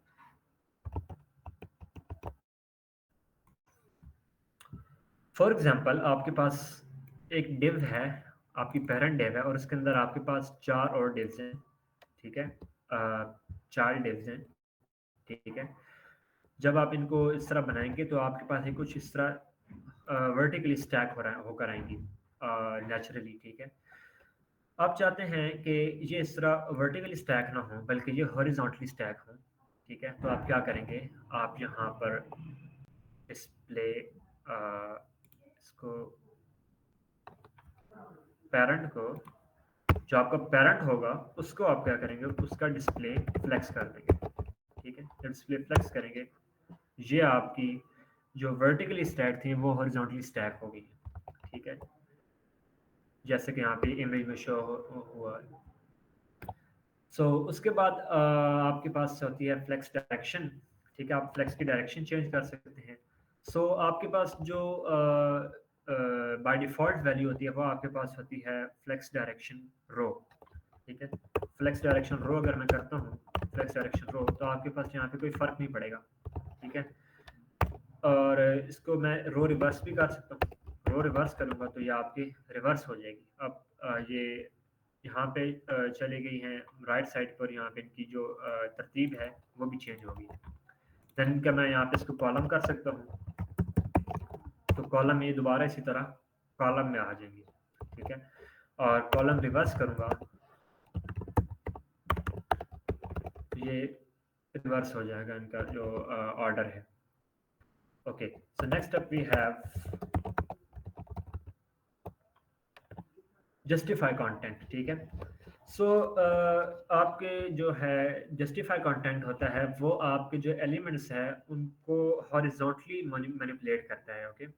सो मैं यहाँ पे अगर जाकर, मैं फॉर एग्जांपल मैं चाहता हूँ कि ये जो मेरे एलिमेंट्स हैं ये मेरे सेंटर में शो, तो मैं क्या करूँगा, जस्टिफाई कंटेंट सेंटर, तो सेंटर करूँगा तो मेरे जितने भी एलिमेंट्स हैं सेंटर में शो होने लग पड़ेंगे।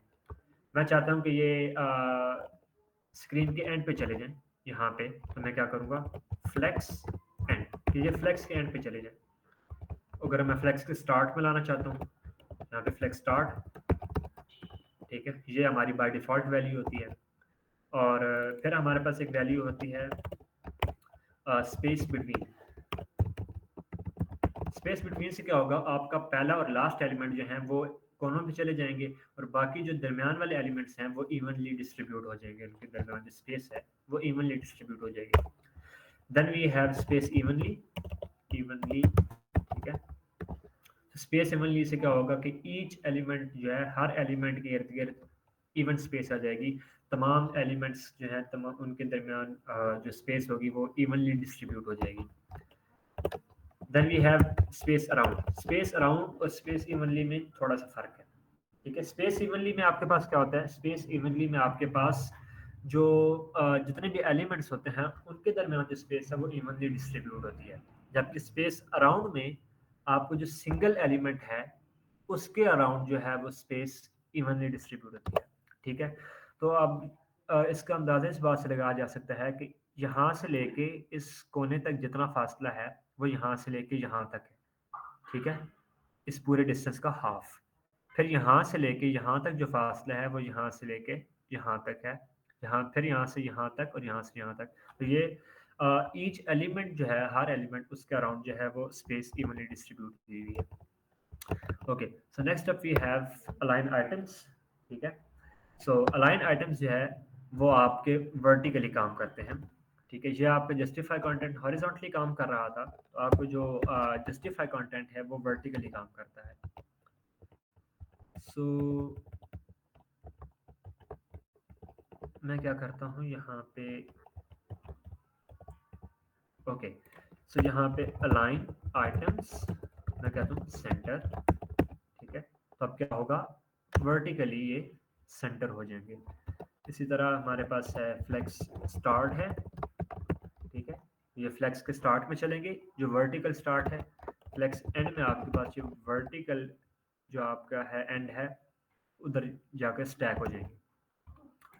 ठीक है, ओके, तो जब मैं फ्लेक्स डायरेक्शन जो है वो चेंज करता हूँ रो से कॉलम में, तो आपकी ये जो जस्टिफाई कंटेंट और अलाइन आइटम्स की जो प्रॉपर्टीज हैं इनकी जो फंक्शनैलिटी है वो भी चेंज हो जाती है। पहले आपकी जो जस्टिफाई कंटेंट की प्रॉपर्टी थी वो हॉरिजॉन्टली काम कर रही थी, अब ये जो प्रॉपर्टी है ये वर्टिकली काम करने लग पड़ेगी। और जो अलाइन आइटम्स की जो प्रॉपर्टी है वो पहले वर्टिकली काम कर रही थी, अब ये हॉरिजॉन्टली काम करना शुरू हो जाएगी। ठीक है, ये आप देख सकते हैं। मैं इसको पहले एक दफ़ा रिमूव करता हूँ। ठीक है, सो बाय डिफ़ॉल्ट ये इस तरह से स्टैक होंगे। तब मैं अलाइन आइटम से सेंटर करूँगा तो ये इस तरह से सेंटर में आ जाएंगे। ठीक है, अब ये हॉरिजॉन्टली मैनिपुलेट हो रहे हैं अलाइन आइटम्स की मदद से। पहले ये फ्लेक्स डायरेक्शन रो के केस में ये अलाइन आइटम्स की मदद से वर्टिकली मैनिपुलेट हो रहे होते हैं। सो ये हमारे पास कुछ प्रॉपर्टीज हैं, flex start end centre, stretch, space between, space around. ठीक है, ये आप ट्राई कर सकते हैं। सो दैट्स इट, ये हमारे पास CSS थी। ठीक है, so if you have any question you can turn on the mic or you can ask me in the chat.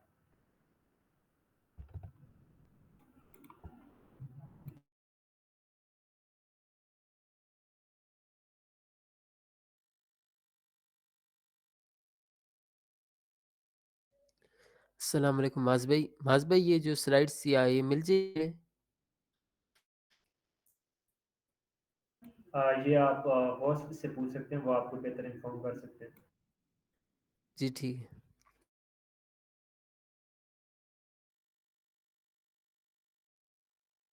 Alright, I think किसी का कोई सवाल नहीं है। So now we have we are gonna have a wonderful time. Now let's make a website. Okay, so जो website मैंने आपको दिखाई वो हम बनाने जा रहे हैं, उसको मैं आपको दोबारा एक दफ़ा दिखा देता हूँ कि हम कौन सी वेबसाइट बनाने जा रहे हैं।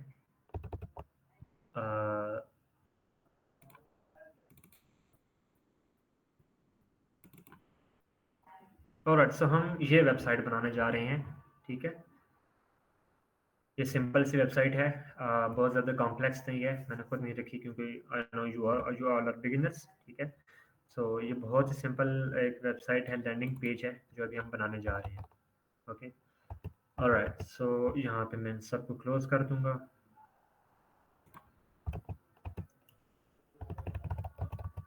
मैं यहाँ पर आपका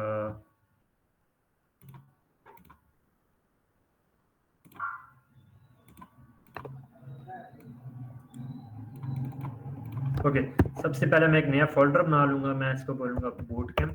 ठीक है, और इस फोल्डर को मैंने ओपन किया, मैं यहाँ पे ऊपर क्लिक करके यहाँ पे लिखूंगा CMD, और CMD के ऊपर क्लिक करके मेरे पास यहाँ पे कमांड प्रॉम्प्ट खुल जाएगा। आई थिंक नहीं ओपन हुआ।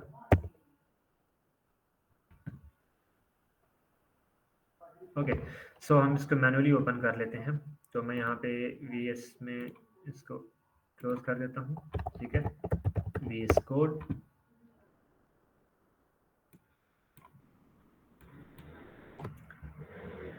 सो मैं यहाँ पे जाके ओपन फोल्डर और यहाँ पे मैं इसको ओपन कर लेता हूँ।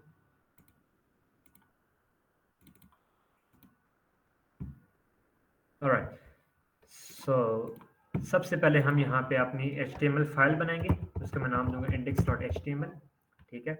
और यहाँ पे साथ ही मैं एक CSS की फाइल बना दूंगा, मैं उसका नाम दूंगा style.css।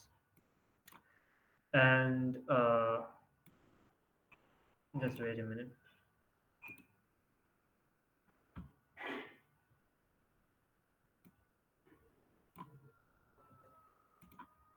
ओके, सो यहाँ पे मैं सबसे पहले HTML टैग डालूंगा। उससे पहले मोस्ट इम्पोर्टेंटली हमारे पास डॉक टाइप आएगा, ठीक है।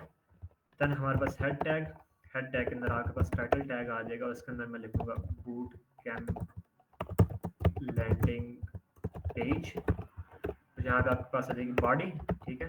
तो सबसे पहले हमारे पास यहाँ पे क्या चीज़ है, हमारे पास यहाँ पे सबसे पहले हमारा हेडर है, ठीक है।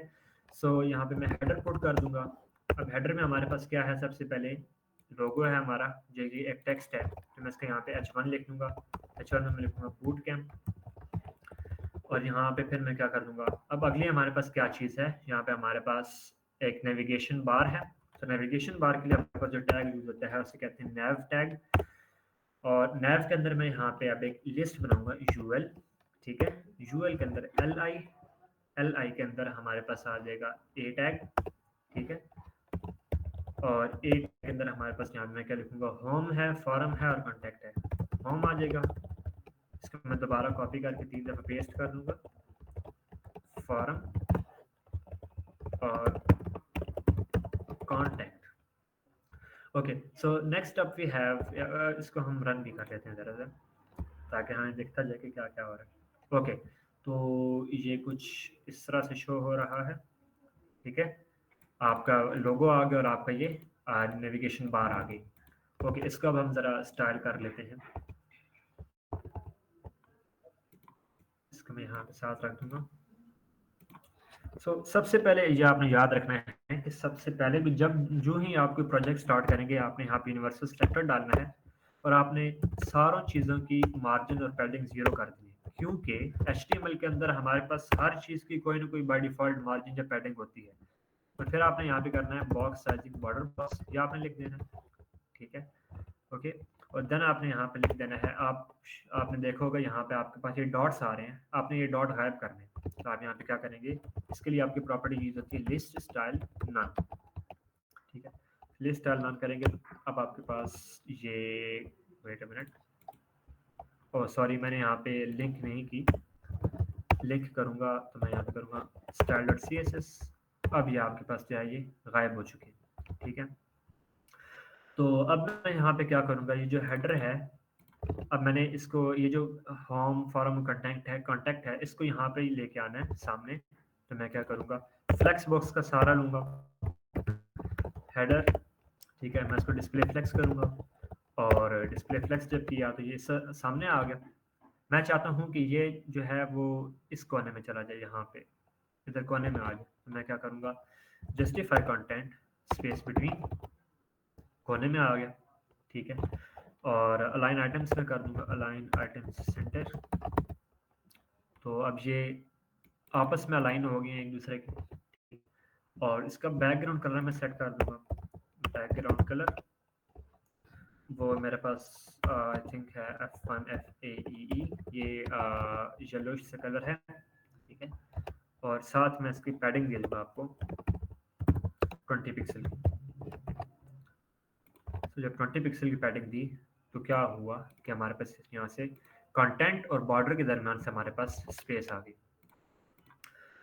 ओके, सो इसके बाद अब मुझे क्या करना है, ये जो मेरी चीज़ है इसको भी सीधा करना है, इसको हॉरिजॉन्टली लेके आना है। तो मैं क्या करूँगा कि हेडर के अंदर जो हमारे पास नैव है और उसके अंदर यूएल है, ठीक है। हेडर के अंदर नैव है और नैव के अंदर यूएल है। आप क्या कर सकते हैं, आप इसको स्किप करके सिर्फ डायरेक्ट यूएल लिख सकते हैं कि आपको जो हेडर है, हेडर के अंदर जो यूएल है उसको टारगेट करें और उससे क्या करें, डिस्प्ले जो है उसको फ्लेक्स कर दें, ठीक है। और जस्टिफाई कंटेंट सेंटर कर दें, ये इस तरह से हो गया, ठीक है। ओके, सो नाउ यहाँ पे मैं ये करूँगा कि ठीक है, अब इसका हमें कलर चेंज करना है और ये नीचे से जो लाइन आ रही है इसको गायब करना है, ठीक है। सो ये कलर किसका चेंज करना है, कलर हमें इस लिंक का चेंज करना है। मैं क्या करूँगा, मैं कहूँगा कि जो नैव है, नैव के अंदर जो ए है, एंकर टैग है, उसकी टेक्स्ट डेकोरेशन नन कर। टेक्स्ट डेकोरेशन नन किस लिए यूज होता है, ये लाइन मिटाने के। ये देखो अब ये लाइन गायब हो चुकी है। फिर हमारे पास कलर, ठीक है, कलर मैं इसका रखता हूँ dark grey, dark grey colour हो गया, ठीक है। और उसके बाद मैं क्या करता हूँ कि इन सब का फॉन्ट स्टाइल जो है वो भी चेंज कर देता हूँ। तो मैं यहाँ जाता हूँ, मैं देखता हूँ फॉन्ट फैमिली वर्डाना,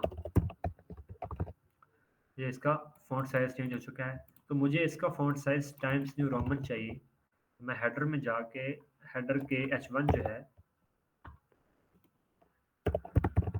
हेडर का H1, उसका जो फॉन्ट फैमिली है वो टाइम्स न्यू रोमन कर दूंगा, टाइम्स न्यू रोमन। तो अब ये टाइम्स न्यू रोमन हो चुकी है। Okay, so then we have, इसका मैं कलर जो है वो भी क्या कर दूंगा, -333, ठीक है, डार्क ग्रे कलर हो गया। Okay, then next we have, ये हमारे जो हेडर है उसमें हमें यहाँ पे भी स्पेसेस चाहिए। तो मैं यहाँ पे क्या करूँगा, ए में जाके यहाँ पे इसको पैडिंग दूंगा 10 पिक्सल की। आई थिंक 10 पिक्सल हमारे पास जो है वो एनफ हो जाएगा, ठीक है। ये 10 पिक्सल की हमारे पास पैडिंग आ चुकी है। देन ये हमारा हेडर कंप्लीट हो चुका है। अब हमारे पास जो बारी है वो आती है, वो ये हीरो सेक्शन इसे कहते हैं, इसकी बारी आती है। अब हम हीरो सेक्शन बनाएंगे, ठीक है। सो हीरो सेक्शन हमारा क्या होगा, मैं कहता हूँ सेक्शन, इस सेक्शन को आईडी देता हूँ हीरो। अब ये सेक्शन मेरी पूरी वेबसाइट में यूनिक है और स्पेसिफिक है, तो इसलिए मैं इसको आईडी दे रहा हूँ। इसके अंदर हमारे पास क्या है, एक हेडिंग है, ठीक है, उसमें हमारे पास क्या है जी, welcome to Web Spark boot camp, welcome to Boot Spark. यहाँ पे मैं इसको ब्रेक टैग लगा देता हूँ, ठीक है। ये आगे इस तरह से आगे। देन हमारे पास क्या है, नीचे एक बटन टैग है और बटन में हमारे पास क्या है, लर्न मोर, ठीक है। और ये इस तरह हमारे पास बटन आ गया। अब इसको स्टाइल करते हैं, तो इसमें हमारे पास क्या आ जाएगा कि हैश हीरो, ठीक है। सो हीरो की जो पैडिंग है वो मैं सबसे पहले हम कर लेते हैं, या 30 पिक्सल, ठीक है। 30 पिक्सल इसकी पैडिंग हो गई। देन इसके बाद हम इसकी जो बैक कलर है वो सेट कर देते हैं, ठीक है। बैकग्राउंड कलर में क्या रखता हूँ, E63946, ठीक है। तो ये हमारे पास एक नाइस कलर आ गया। और देन हमारे पास क्या है, इसकी मैं हाइट सेट कर देता हूँ, ठीक है। तो हाइट क्या हो जाएगी, 550 आई थिंक, नहीं 570, ठीक है, ठीक है। ओके, अब मुझे क्या करना है कि ये जो मेरा कंटेंट है इसको मैंने यहाँ पे सेंटर में लेके आना है, ठीक है। ये जो इस डिव है, ये मेरा सेक्शन है, इसको सेंटर में लेके आना। मैं क्या करूँगा, अपने इस जो सेक्शन है इसको डिस्प्ले फ्लेक्स लगाऊंगा कि इस तरह आ गया। फ्लेक्स की डायरेक्शन चेंज करो, कॉलम करूँगा, फ्लेक्स की डायरेक्शन कॉलम होगी, ठीक है। और अब मैं क्या करूँगा, justify content centre, align items centre, ये इस तरह सेंटर में आ चुके हैं, ठीक है। और फिर मैं टेक्स्ट की जो अलाइनमेंट है वो भी चेंज कर दूंगा, टेक्स्ट अलाइन सेंटर, ठीक है। टेक्स्ट का वो अलाइनमेंट चेंज हो गई। फिर हमें जो हमारा टेक्स्ट है उसको हमें वाइट बनाना है, उसका फॉन्ट साइज भी चेंज करना है। फॉन्ट साइज मैं रख देता हूँ 65 पिक्सल, ठीक है, ये बड़ा हो गया, ठीक है। और इसको वाइट करना है तो मैं कलर की प्रॉपर्टी यूज़ करूँगा और यहाँ पे मैं इसको वाइट कर देता हूँ, ये हमारे पास वाइट हो गया। ये वाइट ज़रा बुरा लग रहा है, आई थिंक मुझे ये कलर रखना चाहिए, #FAF1FAEE, ठीक है, ये हो गया। अब हमें बटन को ट्वीक करना है, तो बटन को क्या करेंगे हम, ये रो के अंदर जो बटन है, ठीक है, सबसे पहले तो हमें यहाँ से मार्जिन टॉप देनी है।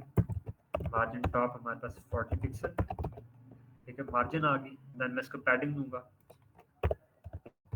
पैडिंग 15 पिक्सल एंड 35 पिक्सल, ठीक है। तो ये आ गया, हमारे पास पैडिंग हो गई। और देन हमने इसका क्या करना है, अगर आप गौर से देखें तो यहाँ पे आपको साइड पे बॉर्डर नजर आ रहा है, तो बॉर्डर को हम कम कर देंगे, हमें बॉर्डर नहीं चाहिए, ठीक है। अब ये ज़रा नाइस हो गया, और इसको हम हल्के से, इसका ये जो कॉर्नर है इसको राउंडेड बनाएंगे। तो बॉर्डर किस तरह राउंड किए जाते हैं, बॉर्डर रेडियस, ठीक है, और 5 पिक्सल। ये अब हमारे पास इसके जो कॉर्नर्स है वो राउंड हो चुके हैं, ठीक है। और ओके, ये हमारा सेक्शन जो है वो भी, अब ये भी कंप्लीट हो चुका है सेक्शन हमारा, ठीक है। अब हमारा नेक्स्ट सेक्शन है वो है HTML। अब हमें ये रो बनानी है, ठीक है। ओके, सो यहाँ पे मैं जाऊँगा और एक और सेक्शन क्रिएट करूँगा, ठीक है, सेक्शन, और उसके आईडी में क्या दे दूँगा, इंट्रो, ठीक है।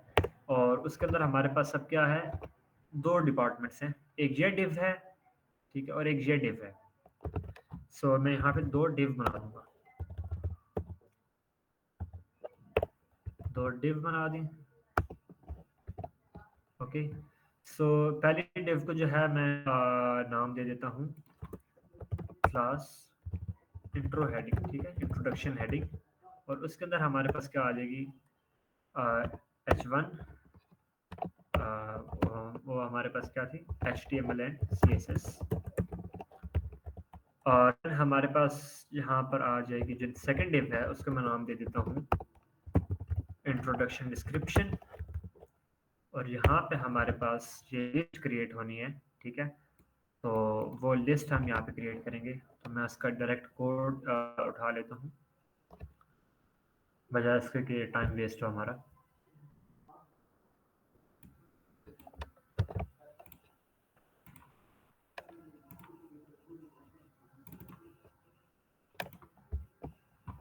ओके, ये आ गया, ठीक है। एंड देन इसको अगर मैं आपको शो करके दिखाऊं तो ये कुछ इस तरह का लग रहा है, ठीक है, एक दूसरे के नीचे आया हुआ है, एक दूसरे के नीचे स्टैक हुआ हुआ है। तो मैं अब क्या करना चाहता हूँ कि ये जो मेरा है टेक्स्ट है, इसको यहाँ पे लेके आना चाहता हूँ। तो मैं क्या करूँगा कि हैश जो इंट्रो है हमारी, ठीक है, उसको display flex and border 1 pixel solid hash B3, ठीक है, लाइट ग्रे कलर का मैं इसको बॉर्डर दे दूंगा। तो ये हमें बॉर्डर आ गया। अब एक और चीज़ जो हमें चाहिए वो ये चाहिए कि हमें यहाँ पे लिस्ट के साथ डॉट्स चाहिए, ठीक है। तो मैं यहाँ पे क्या करता हूँ, ऊपर जाकर बजाय इसके कि यहाँ पे यूनिवर्सल लगाऊँ, यूनिवर्सल नहीं लगाता, बल्कि सिर्फ जहाँ पे मुझे नहीं चाहिए वहाँ पे मैं ये प्रॉपर्टी लगा देता हूँ, मुझे यूएल के अंदर यहाँ पे नहीं चाहिए, ठीक है। अब यहाँ पे हमारे पास ये लिस्ट जो है शो हो चुकी है, लिस्ट के डॉट शो हो चुके हैं। Okay, so then we have जो हमारे पास, मैं क्या करूँगा, जो इंट्रो है उसके अंदर डिव्स हैं, ठीक है, उनकी पैडिंग सेट कर देते हैं। पैडिंग 50 पिक्सल एंड 30 पिक्सल, ठीक है, हेडिंग आ गई है। और उसके बाद मैं क्या करूँगा कि जो इंट्रो हेडिंग है उसकी विड्थ सेट कर दूंगा। विड्थ की मैं कितनी रखूँगा, 40%, ठीक है। और जो हमारी इंट्रो डिस्क्रिप्शन है उसकी विड्थ कितनी हो जाएगी हमारे पास, 60%। तो ये इस तरह हो चुका है, ठीक है। उसके बाद जो हमारे पास ये हेडिंग है, इसका हमने फॉन्ट साइज चेंज करना है। तो मैं यहाँ पे क्या करता हूँ, इंट्रो हेडिंग में क्या करता हूँ, फॉन्ट साइज जो है वो 60 पिक्सल, ठीक है। और इसका बैकग्राउंड कलर जो है वो भी सेट कर देते हैं, बैकग्राउंड कलर सो हैश 457B9D, ठीक है, ये बैकग्राउंड कलर भी उसका सेट हो गया। और जो हमारे पास हेडिंग है उसका कलर भी हम जो है चेंज कर देते हैं, #A8BADC। तो ये हमारी हेडिंग का कलर जो है वो भी चेंज हो चुका है। ओके, देन हमारे पास डॉट इंट्रो डेस्क, यहाँ पे नहीं, यहाँ पे नीचे dot dot dot intro desk के अंदर जो एल आई है उसकी जो पैडिंग होगी वो मैं यहाँ पे रख देता हूँ 10 पिक्सल। ठीक है, और फ़ॉन्ट साइज़ जो है वो चेंज कर देता हूँ 20 पिक्सल से, थोड़ा सा हमें साइज़ बड़ा चाहिए। ठीक है, अच्छा, इसके बाद मुझे ये हमारा सेक्शन हो चुका है कंप्लीट। अब हमें एक दूसरा सेक्शन चाहिए, ठीक है, जो इसी का रिवर्स है आई थिंक। सो मैं यहाँ पे क्या करता हूँ, कोड में जाता हूँ, इसी सेक्शन को कॉपी करता हूँ, कॉपी करके पेस्ट करूँगा। आईडी सेम नहीं रखनी, ठीक है, आईडी का मैं नाम चेंज कर देता हूँ, फॉर एग्जांपल लीड्स। ठीक है, और ये जो डिव हैं इनके अलाइनमेंट को जो है मैं इनकी अरेंजमेंट को तब्दील कर देता हूँ। अरेंजमेंट को तब्दील किया तो ये कुछ इस तरह से शो होने लग पड़ी है। ठीक है, क्योंकि हमारे पास अभी वो मैंने इंट्रो ये नीड्स लगा दिया ना आईडी, तो अब मैं यहाँ पे जाऊँगा ऊपर, यहाँ पे कॉमा लगाऊंगा कि इंट्रो के साथ साथ नीड्स को भी ये प्रॉपर्टी शो अप्लाई हो। तो अब ये देखो अप्लाई हो रही है। ठीक है, इसी तरह नीड्स के अंदर जो डिव है, ठीक है, इसका अप्लाई हो, तो ये इस तरह। Alright, so at the end we have footer. ठीक है, फुटर टैग, और फुटर टैग के अंदर हमारे पास एक पी टैग है। पी टैग के अंदर है स्पार्क बूट कैम्प 2024। ठीक है, और यहाँ पे मैं फुटर में कर जाता हूँ, तो फुटर की पैडिंग जो है मैं वो 20 पिक्सल रख देता हूँ। ठीक है, देन हमारे पास बैकग्राउंड कलर हो जाएगा हमारे पास हैश या कुछ भी रख देते हैं, चलें हैश 1D3557। ठीक है, तो टेक्स्ट अलाइन हमारे पास सेंटर, और जो कलर होगा टेक्स्ट का वो होगा F1 FAE।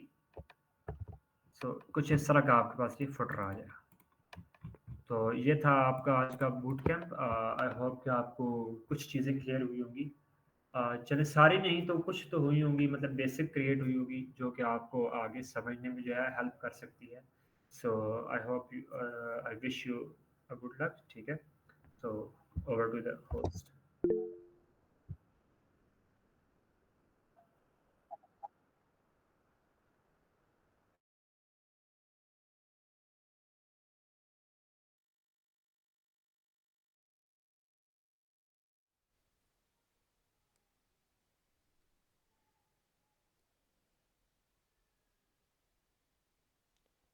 Okay, there are some questions that how can we get these slides. We will share the slides in the GDSC IIOI group, um, and from where I think you have joined from DevConnect group, so I will share the slides in DevConnect group as well.